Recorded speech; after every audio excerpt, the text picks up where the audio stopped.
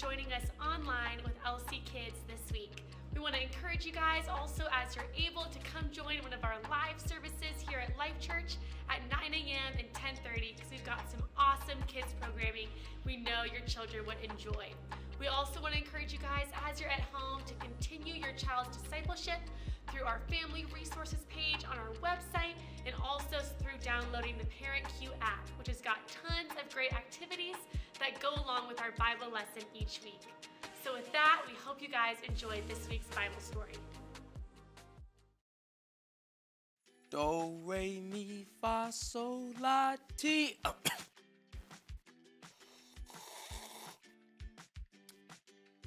Do.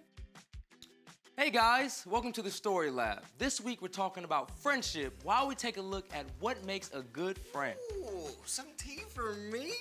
Thanks, friend. I was gonna drink that.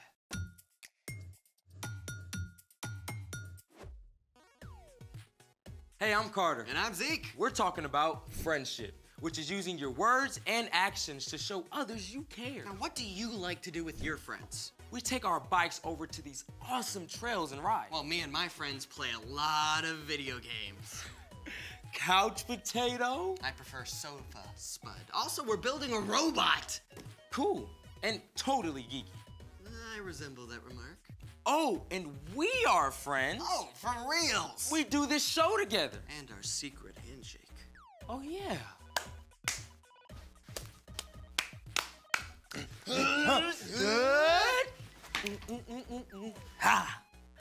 I love our secret handshake. Oh, and we got a set of friends joining us today who do something even more awesome together. Wait. Let me guess. Skydiving, domino tricks, collecting hot sauce, competitive bug eating, deep sea noodling. None of the above. Well, what do they do? Our new friends, Chris and Sandra, just so happen to be great at harmony. Tell me more. I'll let them do it. Hey guys, come on in. Hey! How's it going? Good to see you. Hey, Chris and Sandra, we are so excited to have you here with us on Story Lab. Oh, yeah, thanks for having us. Oh, yeah, we're looking forward to it. So, we have a couple of questions for you, Okay. and I'll start off by asking the first one. How did you guys meet, and when did you guys start working together? Ooh, that's a good question. Chris, why don't you answer it? Okay, sure. So Sandra was born and raised in New York, and I live down here, okay? But when Sandra, at a young age, signed a record deal, okay? And she got a recording contract to record down here where I live for weeks at a time, and we happened to meet on one of her trips. And thankfully, she never went home, okay? And to this day, we still work together, we sing together, and we even run a band together. Yeah, it's a lot of fun. We have a really fun party band, so we like to say that we are the party. We're the party. And not only do we get to perform and sing together in this band, but we also work behind the scenes creatively to put everything together. So I handle a lot of the things that you see visually on stage, from wardrobe, choreography, and Chris handles the music. He's the music director. So working together is so great because we know that if one of us misses something, one of us is gonna catch it. That's right. That's good. So, speaking of that, what do you guys enjoy the most about singing together? Ooh, that's good. Well, my favorite part is really getting to travel the world together. So we get to perform in front of really, really massive audiences. But musically speaking, I would have to say this. So we get to cover the entire musical spectrum. Now, what I mean by that, see, I like blues and R&B, and Sandra really likes the rock and pop. So when we work together, we can cover the entire musical spectrum, and it makes for a lot of fun.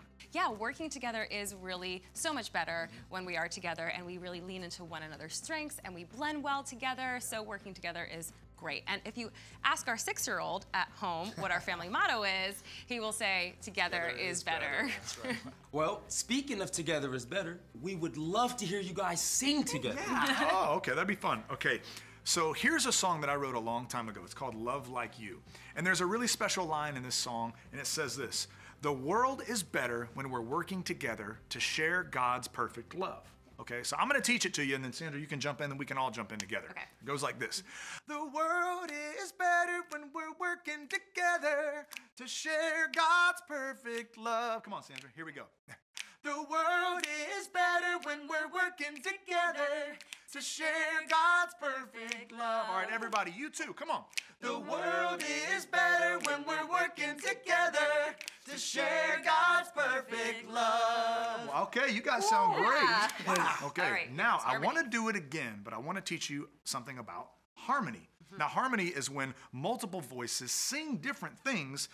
They come together to make one beautiful chord, okay? So let's all sing it together again. We'll sing what we just sang, and on the second time, I'm going to sing a harmony part, okay? Let's do it. 1, 2, 3, come on. The world is better when we're working together to share God's perfect love. Now, here's the harmony. Here we go. The world is better when we're working together to share God's perfect love. One more time, everybody. Here we go. The world is better when we're working together to share God's perfect love. And that, my friends, is what happens when voices work together in harmony. That was amazing. Thank you. It's fun. Listen, thank you guys so much for taking the time out today to join us. Yeah, thanks for having us. Hopefully we can come back soon. Oh, of course, of course. It's time for The story before the story. Today, we're in the book of Ecclesiastes.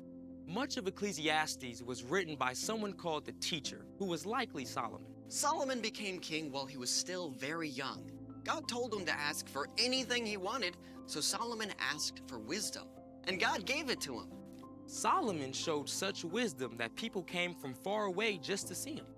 Solomon lived a full life filled with riches and fame and anything he could ever want. But at the end of his life, he began to think about and question what really matters.